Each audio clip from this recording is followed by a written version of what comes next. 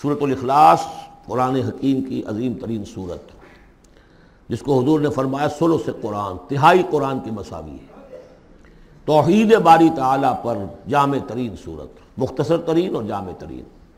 قل هو اللہ احد، کہہ دیجئے وہ اللہ ایک ہے نہیں، تنہا ہے۔ ایک کے لیے لفظ واحد ہے، واحد سے تو اثنان ثلاثہ شروع ہو جاتی ہے، اکیلا، دی موسٹ یونیک پرسن۔ قل هو اللہ احد، تنہا ہے، اللہ الصمد، باقی تمام مخلوقات کا وہی مرجع ہے۔ صمد کہتے ہیں بڑی چٹان کو، جس کا سہارا لیتے تھے لڑنے کے وقت، کہ پیچھے چٹان اچھی ہو تاکہ پیچھے سے دشمن جو ہے حملہ نہ کر سکے۔ پھر یہی لفظ آ جاتا تھا سرداروں کے لیے کہ جن کی طرف رجوع کرتے تھے لوگ۔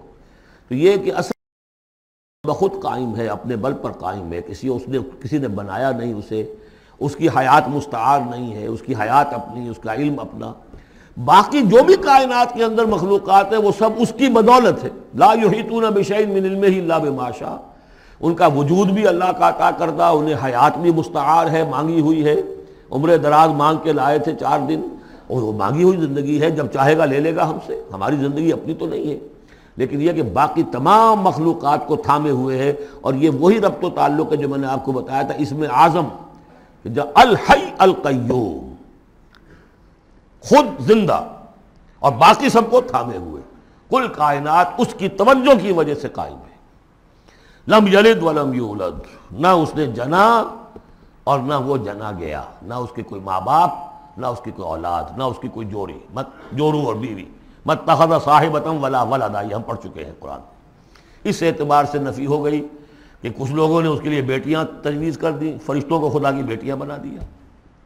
کچھ لوگوں نے جو ہے اس کے لیے بیٹے بنا دیے، حضرت مسیح کو بنا دیا، اور حضرت عزیر علیہ السلام کو بنا دیا یہودیوں نے سب نے نہیں، کچھ ان کی فرقوں نے وغیرہ وغیرہ۔ لیکن یہ کہ اس کا معاملہ یونیک ہے، نہ اس نے کسی کو جنا نہ وہ کسی سے جنا گیا۔ وَلَمْ يَكُنْ لَهُ كُفُوًا أَحَدٌ، اور نہیں ہے اس کا کوئی بھی، اب کفو جو کہتے ہیں برابری کا، کسی حیثیت سے اس کے برابر، کفو، ہم پلہ، ضد، ند، مثل، مثال، مثیل، کوئی نہیں، کوئی اس کا ہم پلہ نہیں ہے، کوئی اس کا ہم رتبہ نہیں ہے، کوئی اس کا کفو نہیں ہے۔